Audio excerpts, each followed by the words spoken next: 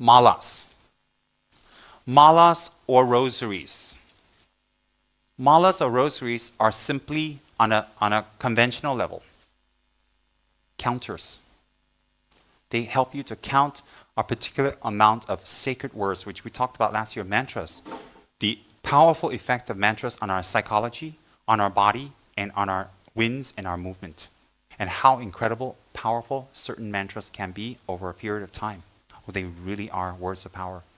That I can attest to myself. And in extreme cases where we really, really concentrate, you can actually, I'm not joking, you really can stop rain with mantras. Literally, you can just stop rain. Malas are simply counters.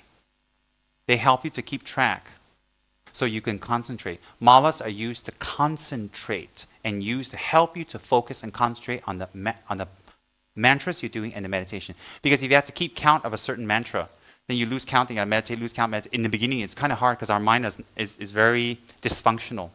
It's not able to, multitask in the beginning. So it's like, I'm kind of, where was I? Oh, what is my then you start all over again. And you forget this meditation thing. I'm going out and having a root beer. So malas are simply counters to help you remember where you are and how many you need to do. They are actually used to help you to concentrate. Contrary to what some people think that the whole focus is having a holy mala and it's really fabulous, it's really wonderful, and that's the spiritual practice. No. Malas are not spiritual practices in itself. It helps you to become spiritual because it helps you to focus on what you're supposed to be doing, repetitions. And so therefore, the mala is a counter. It contains 108 beats. 100 is the usual number we count. 8 is for mistakes that we've done. Sometimes we mispronounced unintentionally. Sometimes we skipped. Sometimes we missed. So the 8 is to make up for that. All right, they have other complicated explanations, but I'm going to leave it there. 108. And the quality of the mala is according to your means. According to your means. But I would recommend you to get malas that last, that are durable, that don't break easy, and that are easy to use. You get what do you get? A lapis lazuli mala because you can afford it. You get it's heavy. Someone offered me one. I was like, oh, lapis lazuli, give that to me because it's got gold in it. I'm like, oh, gold. Oh, I love it. That's going to help my meditation. Boy, it's heavy. After a while, you're like, oh, money. I had biceps on this side from using that mala and no biceps on this side. Oh, it's not practical at all. And and some Chinese Mahayana people, it's not wrong because Tibetans do that too, have huge malas. It's that big and they wrap it around and it goes down to the knee and then when they're walking, Namo Omi Tofo Namo. Oh my God. And then they carry these malas. It's so huge. It's bigger than my thumb and it's like Om Mani Padme Hum. Om Mani Padme Hum. Om Mani Padme Hum. And then you got to hold the mala and go, oh. Then Om Mani Padme Hum. Om Mani Padme Hum. Om Mani Padme. By the time you finish, you got Arnold Schwarzenegger fingers, And it's so heavy. And then the biceps, of course, which is not bad, but it's only on one side, so you show this arm, not that. But I don't see the purpose of those huge malas. I don't see. It's not bad. I mean, if you like it, all the power to you. You huge mala people, great. For me, I don't like it too big. I don't like it too heavy, and I don't like a lot of things hanging off them because Tibetans put counters on them, which a lot of people like, but I don't like because I find it gets tangled and all that stuff. I like it simple and easy, but good material. I'll tell you why now. Certain practices, certain types of mantras, if you do it combine it with certain materials, it helps to facilitate the result of that mantra. Example, if you put very calming, beautiful music and you go for crystal therapy and then they put this aromatherapy stuff, it does help. Crystals do help certain parts of your body. I mean, ancient medicine or traditional medicine is all made of components that are natural, elements and mercury and gold and silver. Tibetan medicine is. So it's all elements. So crystals do help. They help, but but it's in conjunction with things. So malas do help in conjunction with certain mantras. So if you recite Om Mani Padme Hum and Chenezik or Kuan Yin, in Tibetan we call him Chenezik. Tibetan he's a he, in Chinese it's a she. It doesn't really matter, he, she, So anyways, Chenezik, when you recite the mantra, it's very good to have crystal malas. It's not a necessity. It's not a must. It's not that you have to and you don't, oh God, Kuan Yin's not going to bless you. How ridiculous. But crystal malas are very good for Kuan Yin. And Bodhi seed malas are very good. Bodhi seed. Because Bodhi seed is originally linked to the Bodhi tree. The Bodhi tree is what Lord Buddha sat under to meditate to become a Buddha. So Bodhi tree reminds us, it's not necessarily because, it's not the tree that Buddha sat under. It's a tree that grew 50,000 miles away, so it's a Bodhi tree, big deal. That's not the one Buddha sat under. But if you use a Bodhi tree mala, it kind of reminds you of your purpose to become a Buddha, and it imprints with that awareness that I will be a Buddha, that I want to be a Buddha. So Bodhi seed is very good because it's light, it's solid, it's nice, and it's a reminder of where Lord Buddha attained his final release. The Bodhi seeds are wonderful. And pearls are very nice, they're precious, and I'll explain why in a few minutes. Wood, any type of wood is all right. Sandalwood's beautiful, fabulous. And these days we have synthetic materials, which is okay too. They don't break, they last a long time, they're synthetic. Even glass and all that, because they didn't have all that in Tibet. It's not allowed. You can even have pure coral, up to you. It's really up to you. Because a mala is used as a counter, but in higher practices, because you're not going to remain at your level, you're going to go to higher practices where you recite certain mantras, and as you recite more and more, it energizes your mala. It really does. So what happens when you recite a lot of mantras, it energizes your mala, and the mala becomes a very powerful object, a talisman, a protection. Why do you think a lot of Chinese people hang malas inside their car? Because it comes from that reasoning, that someone blessed and holy has done prayers on it, and the energy is there. So malas can contain very powerful energies. And when you recite mantras after you're finished, you blow it on your mala. It becomes protection. Why? The energy of that certain deity that you've been contacting, Kuan Yin, for example, Manjushri, Umarabhasnati, Omani Pimbo, it goes right in, and it stays, energizes, and it's yours. Very nice. And in higher practices, in the sutra practices, in the lower practice, the medium practice, whatever, then malas become an object of offering. Example, for convenience sake, it can be used as a mandala offering. So what you visualize in your mala is a string of jewels and diamonds and pearls and rubies and sapphires and amethysts and all the beautiful things you visualize and you offer. So if you actually have a few precious items on it, it's a wonderful offering every single day to offer to the Buddha when you're doing your practices. So therefore, if you have some pearl malas, it's very, very nice because it's nice to use, it's unique, it's different, but it's an offering. You think, well, if I offered it yesterday, today I can't offer it again. No, yesterday was yesterday's reality, today it's yours again. It's a different reality today. So you can have beautiful pearl malas to offer up to Lord Buddha, up to Tsongkhapa when you're doing your meditations. And then on the highest form of practice, this is not a necessity, this is just my own little thinking. When you have malas that are precious materials, you offer it to yourself as a deity. So if you visualize yourself, in the higher practices, you change your reality to the yidam, the meditational deity. Yidam is one that holds your mind. So that refers to your personal affinity deity that you meditate on to achieve enlightenment. Because there's 108 different deities. You can't meditate and recite their sutra and mantra every single day. You can't. It's just too much. It's physically impossible, no matter how enlightened you are.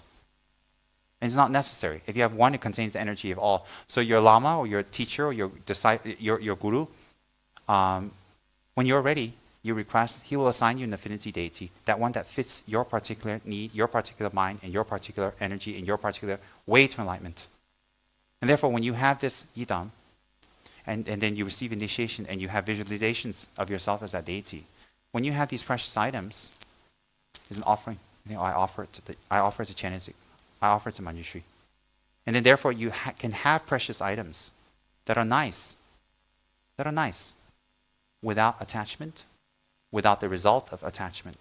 And in that same meditation, you can have many precious things around you. Maybe you're someone in society. Maybe you are, and you have to keep up looks for business, for your sake of your family, whatever, because the world operates on that convention. You may not. So in your mind, you don't operate on a convention, but outwardly you do with a good motivation. I'm going to have a big fat car. I'm going to have a big fancy house. I'm going to have fancy jewelry because I have to, because I'm in this station of life, so I have to help maintain my family. Out of compassion, you have those things. So in that way, when you have those things, it doesn't create negative karma or attachment. Why? The intention is to benefit. So malas can be used. They're basically counters. And traditionally, you have a center. And then on this side is 21, on this side is 21. Because many practices, your mantra, you recite up to 21. And then after 21, you have something bigger here if you prefer. Why? Because everything is designed not to interrupt your meditation. So when you go to 21 like that, you can feel it. And then you stop. So everything is to facilitate your meditation. And so, and if you're very lucky, if your Lama, your Guru, has some relationship with you and stuff, and he's offered you a mala, you think it's fabulous. Because most likely your Lama and Guru or whatever has put his energy in it. Prayers, his idam. So that when you touch the mala and do the practice, it helps to open up seeds in your mind faster. Because someone who's spiritually advanced has the propensity to open us up faster and easier. Much faster. So, or if we have a mala that's blessed by a person that we respect and a person that's attained, or at least is a good person and has good energy and praise, then it empowers our mala. If it's not done, it's okay also. Because every day we bless it ourselves. We can bless. We don't have to be a Rinpoche, but we all can bless. The Buddhas can work through all of us. So it can be of any material. Certain practices require certain different types of mala. Certain practices. And then certain practices require you to use your left hand or your right hand. And which finger. All right? But generally for us, we just use any hand we like, any finger. But for auspicious reasons, when we do the higher tantric practices, which are very profound, if you do the mother tantras, then you use the left hand. If you do the mother tantras, you use the left hand for peaceful activities that acquire peaceful abilities, peaceful forms of powers and clairvoyance, you use the index finger. If you want to increase wealth, increase knowledge, increase harmony, you want to increase prosperity in the area, with those deities, you will use the second hand. Second finger, I'm sorry. So you recite it like that. With a particular mantra and meditation, it will increase. Because you have wind channels here.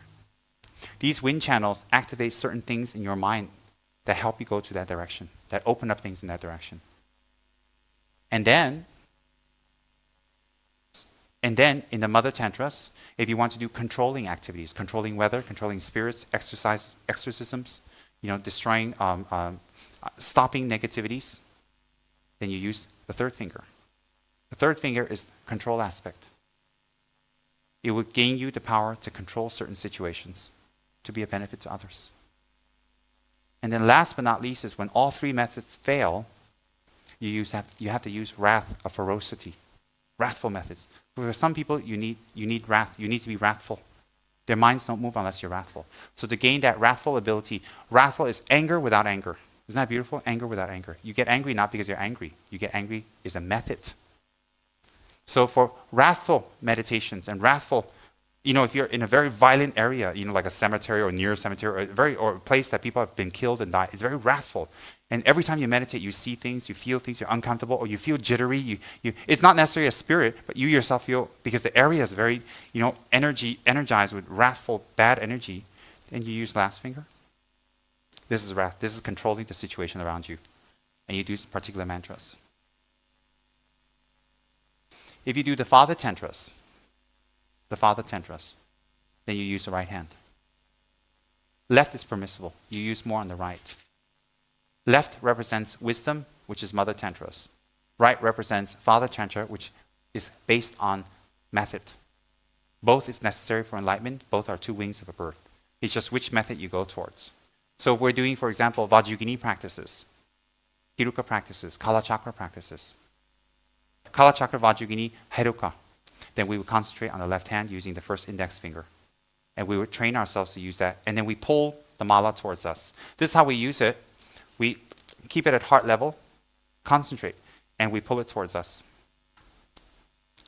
And when you finish it, when you get to the end, maybe you have to do 1,000, 500, 1, I don't know.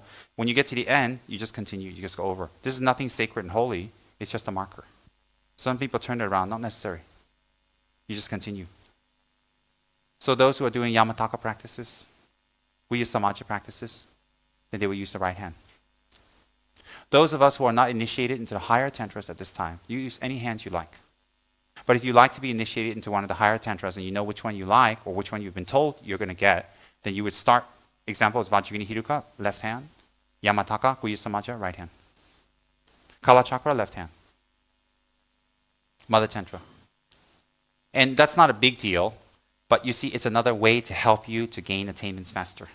If you use the wrong hands, like, uh-oh, no effect. No, got effect. There are plenty of villagers out there who, they don't even have fingers. They just recite mantras. They don't have hands, accidents, whatever. They still gain attainments. So these are just to help you. Don't get caught up on this.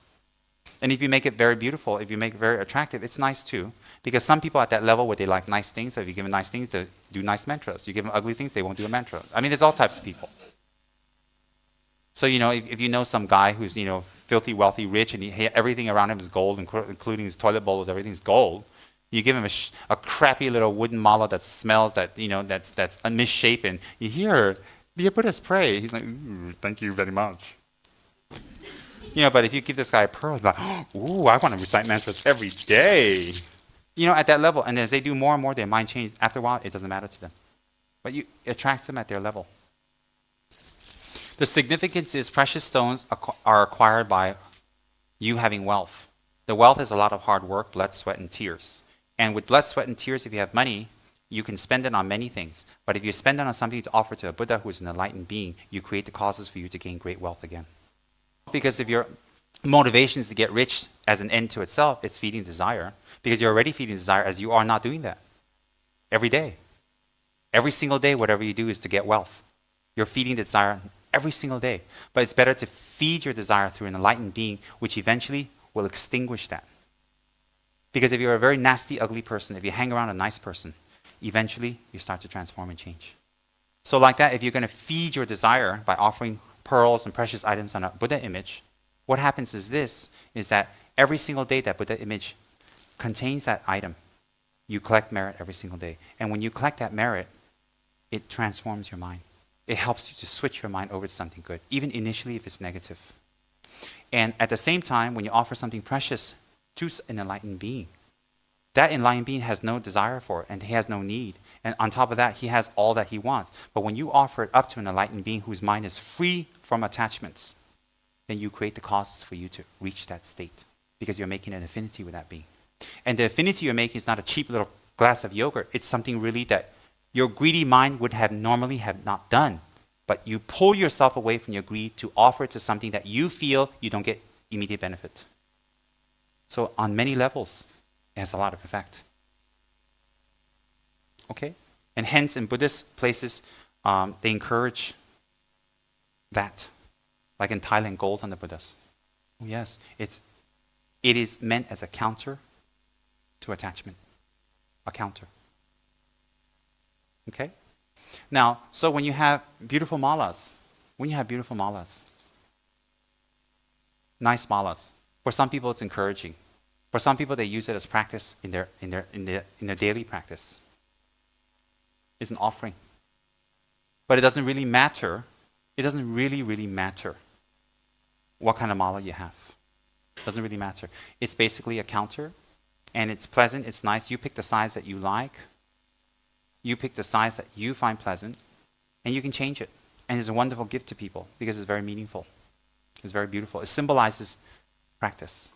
Kuan Yin in the Tibetan tradition, 4 arms. In this arm holds a mala. In this arm holds a lotus. And in these 2 arms here holds a wish-fulfilling jewel.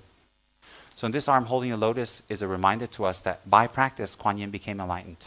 By listening to her master, Shakyamuni Buddha, she became enlightened.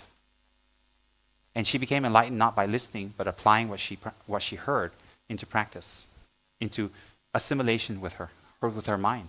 So this mala that she's holding represents assimilation. So when you have a mala and you keep a mala and it's kept well, it's also awareness of your spiritual practice that you need to practice.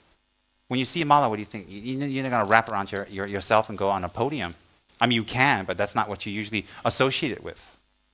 And higher beings who are very practiced in mantra, who are very practiced in meditation, their malas are very powerful.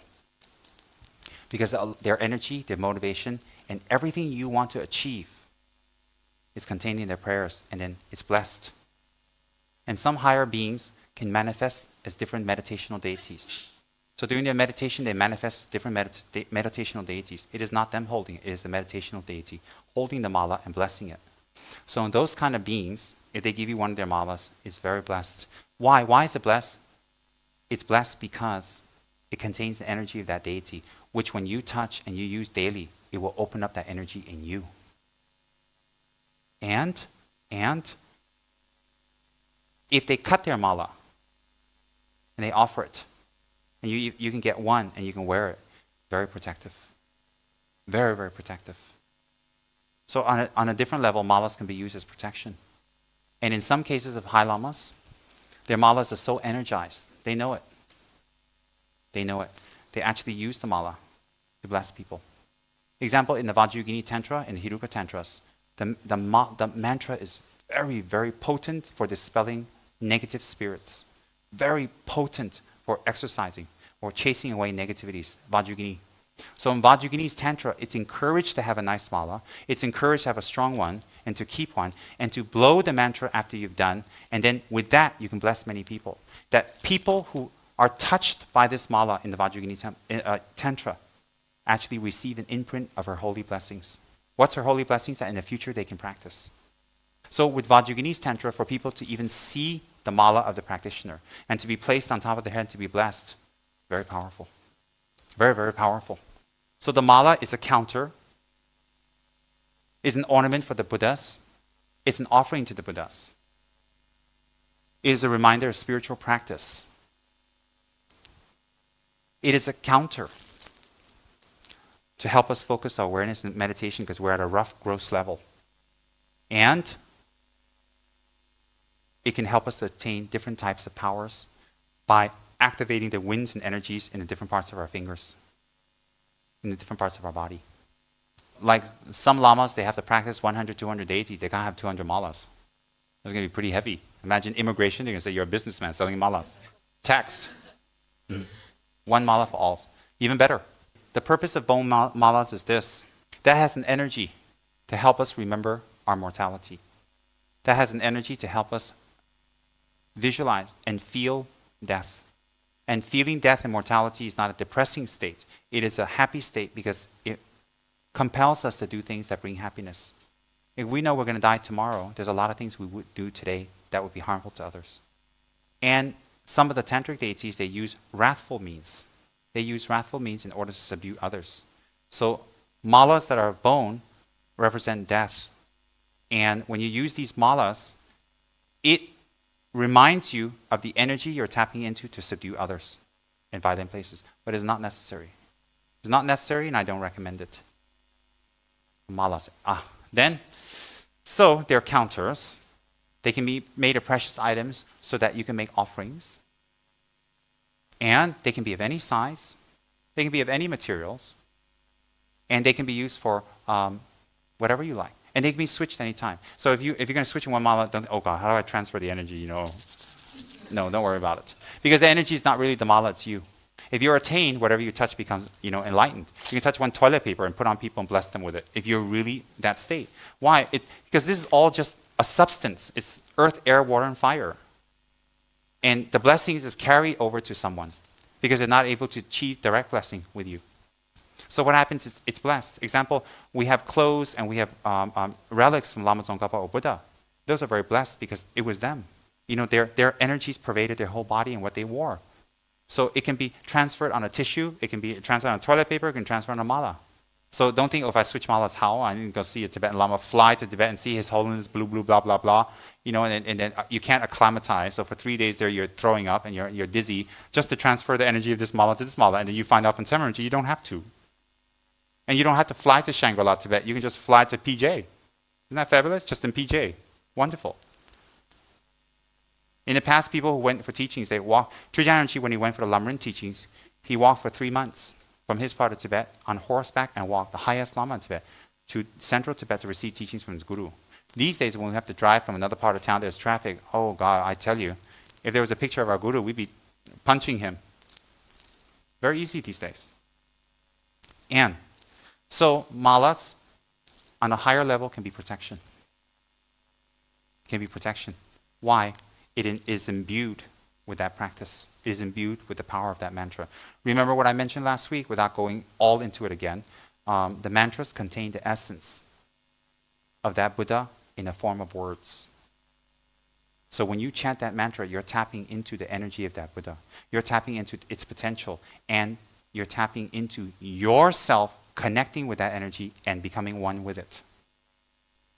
So, and then it should be kept clean. It should be kept well.